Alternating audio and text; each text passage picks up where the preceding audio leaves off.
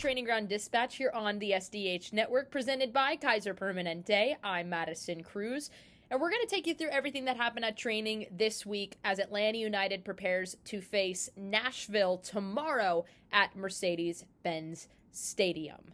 On Tuesday, we had the opportunity to catch up with Brooks Lennon and Saba Lobjanidze. We talked about that last matchup against Orlando and how the team has responded coming into this week of training, as well as talking about the mental side of the game and how important that is, especially going up against Nashville this Saturday. And here's what they had to say. Brooks, how do you keep that pressure that you put on yourself from turning negative in a time like this?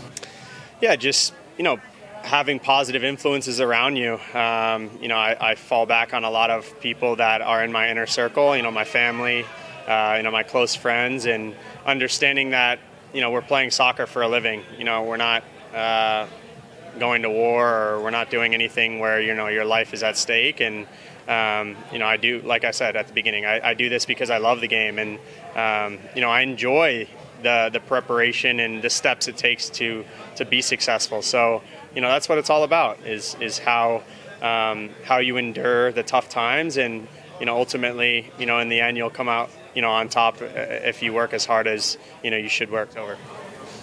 Feels like in training sessions, the confidence is there and the joy is there, and it's not translating in matches.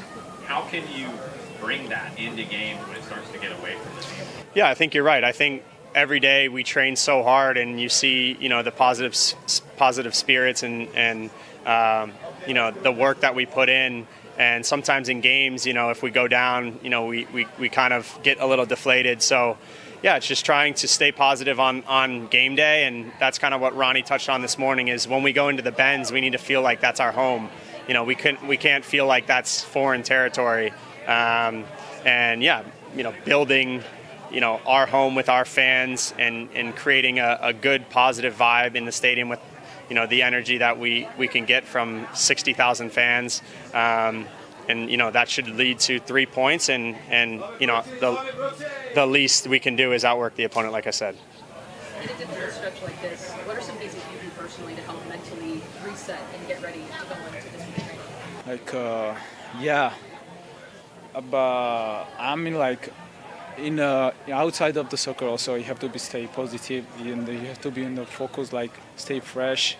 And I think we have to be good outside of the football, so with the family, enjoy the life, and that after that it will come,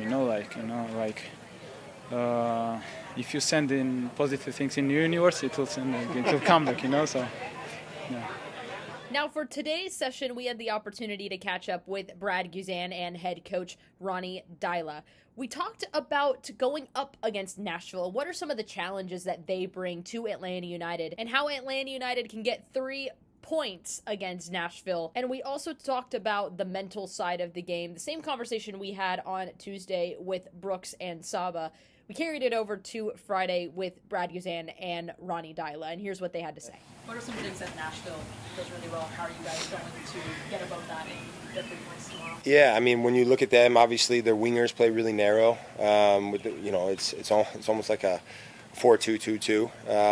So the wingers play really narrow, but at the end of the day, they run. They work hard. They run and beyond. They get numbers in the box. You look at some of their chances the other night. Obviously, the goals they scored, but even outside of the goals, they've got guys that are willing and able to run and stretch you, and you've got to be able to deal with that. You've got to be able to get someone around Mukhtar who obviously makes them tick and is good on the ball, can pick a pass. And so these are all things that we know, we understand, and they're very similar to every other team, right? You look at the teams in this league, and most teams have 1 or 2 guys that are really key components for how teams want to play, and Nashville is no different. And so we've got to make sure we're up for the challenge. You're working with Strong for Life, and you did an interview talking about resilience. How important has resilience been in your career? Yeah, it's huge. Listen, when you talk about mentality and mental health, and you talk about resilience, it's not always easy, and especially at this level in the professional environment, there's obviously a lot of eyes that are on you at all times. And so it's nice when things are going well, and it's, oh yeah, it's easy, right? And you can accept all the plaudits and all the praise. But when things aren't going well, you've got to be able to stand up to it. You got to have broad shoulders and accept the criticism, but at the same time not let it eat you away. And you've got to be strong enough to have that support system around you, whether it's your teammates, your coaches, family, friends, being able to get away from the game and switch off. And at the end of the day, everyone in that locker room is human. And so as I talked about the mentality side, it's the human aspect, and everyone deals with that differently. And you want to make sure that in difficult moments, you're there to support your teammates, you're there to support the guys around you, and knowing that they're going to do the same for you. When you were a player, did you have a situation like this for yourself where you had to kind of pull yourself out of a fog, and how did you do that? And what were some of your advice to the players as well? I maybe had hundreds of them during my career. So 3 games in a row lost, that's has happened many times. It's about how I'm turning around. But I think I recognize myself, how I feel and how I do, because if you overwork, you can go into a thing that every time things go against you, you want to work harder. You don't just, you get more and more into what you're going to do. You are earlier up in the morning, you're staying in longer days, you overwork, and then you come to the game and you're like nothing to, no emotions. So to take a step back when you're actually feeling that is important. I think also the players, they are younger than me. They are, have less experience, so that's important that they also recognize this kind of situation. And everybody is in different situation. Everybody had different things affecting them in their lives. So that is a learning thing. But first of all, as I said, we need to go in there, and I want to see that they enjoy. I want to see them fresh. I want to see them go for it, and then you take whatever comes. But then also I think we have a really good chance to do something. Coach, how important is it in this game, especially depending on the front foot, with the front line against a team like Nashville that likes to pick their head up and skip lines and play long balls, so you can keep them from being comfortable in doing that? Yeah, I think we need to be very organized. That's the main thing, because if we start to jump everywhere, then they will keep in behind, and then we get stretched and open. So it's about when to press and in what phase, and be clear in the trigger points when to do it, and that we need to react very quick to when you're open, because you attack, then you go out, and open spaces when you defend, you have to come together. So this kind of situation when you win the ball. And of course, if you are good on the ball, you don't need to defend so much. Then you get them to run after you instead. So that's just what I prefer the most. Coach, this run of form hasn't been what y'all expected, but Saturday at Mercedes-Benz, big chance for y'all to start turning things around. What would your message be to the fans and to the city out of a big home match? It was, as I said it after the game, that's when we need the fans is even more now, and I think they have been unbelievable good when we have played at home. We are as disappointed as I'm sure some of the fans are, that we haven't get more points that we had. But everybody has to really understand that we are doing everything to get as much points as possible, and to get good performance and to improve as quick as possible. So it's very, very important that that they keep on doing what they're doing, being behind the team, because it's us together that can do it.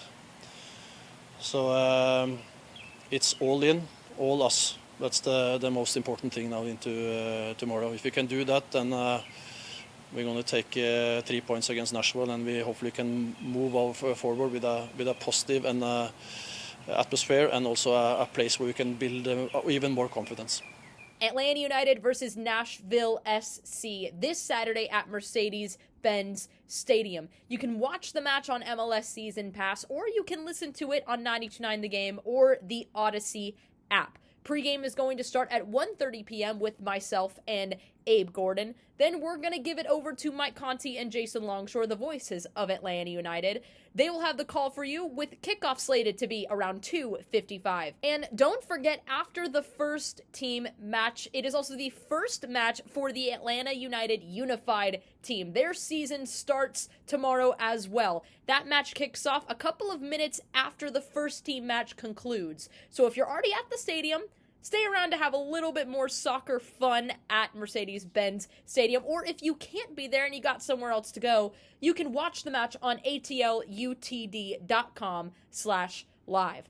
Myself and Jason Longshore will have the call for you, and John Nelson and Joe Freihofer will also be joining us as they will be on the sidelines during that matchup as well. So it's going to be a fun day of soccer because not only do we have the unified match, but then we also have Atlanta United 2 going on the road to face Huntsville City. That's going to happen in the evening, and we're going to have that coverage for you as well on the SDH network. That's going to be myself, John Nelson, and Jason Longshore. So a busy day for the Five Stripes. Make sure you have notifications set for everything on the SDH network. We're going to be covering it all. So make sure you guys are subscribed everywhere you can. Also, make sure that you're following us on Instagram, Twitter, X, or Blue Sky. And we'll have everything for you from Atlanta United to Atlanta United Unified to Atlanta United 2. Thank you guys so much for listening to this week's edition of Training Ground Dispatch, and we'll see you guys next week.